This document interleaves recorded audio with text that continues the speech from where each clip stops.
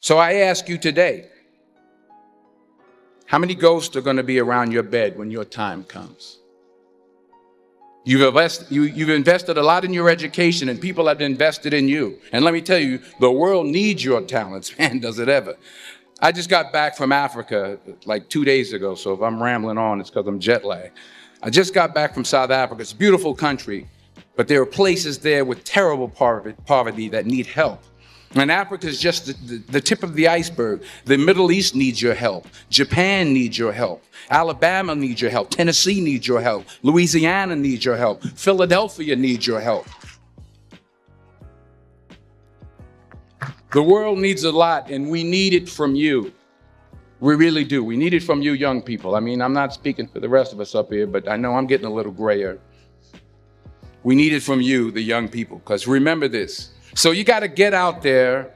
You got to give it everything you got, whether it's your time, your talent, your prayers, or your treasures. Because remember this, you will never see a U-Haul behind a hearse. You can't take it with you. The Egyptians tried it, and all they got was robbed. So the question is, what are you going to do with what you have? I'm not talking about how much you have.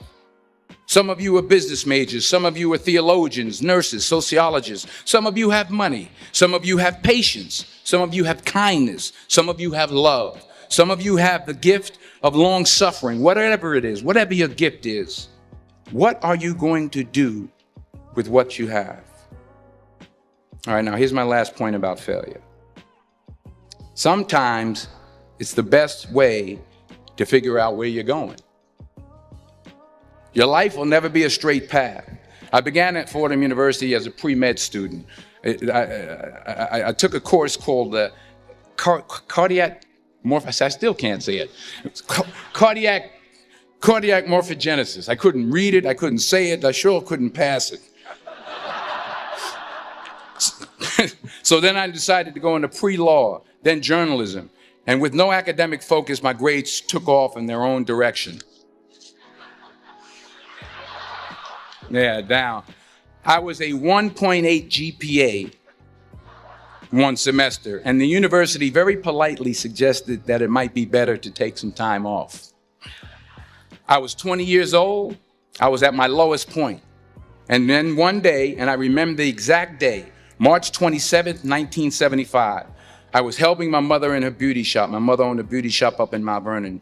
And there was this older woman who was considered one of the elders in the town. And I didn't know her personally, but I was looking in the mirror, and every time I looked at the mirror, I could see her behind me, and she was staring at me. She just kept looking at me. Every time I looked at her, she kept giving me these strange looks. So she finally took the dryer off her head and she said something I'll never forget. First of all, she said, "Somebody give me a piece of paper. Give me a piece of paper."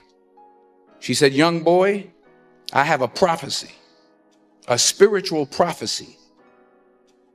She said, "You are going to travel the world and speak to millions of people." Now, mind you, I'm 20 years old. I'm flunked out of school. In fact, like a wise ass, I'm thinking to myself, maybe she's got something in that crystal ball about me getting back into school next fall. But maybe she was onto something, because later that summer, while working as a counselor at the YMCA camp in Connecticut, we put on a talent show for the campers. And after the show, another counselor came up to me and asked, "Have you ever thought about acting? You're good at that." So when I got back to Fordham that fall, I got in and I changed my major once again for the last time. And in the years that followed, just as that woman prophesied, I have traveled the world and I have spoken to millions of people through my movies. Millions who up till this day couldn't see me, who up till this day I couldn't see while I was talking to them, and they couldn't see me. They could only see the movie. They couldn't see the real me. But I see you today, and I'm encouraged by what I see. And I'm strengthened by what I see. And I love what I see.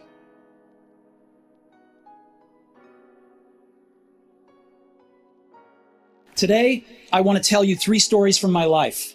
That's it. No big deal. Just 3 stories.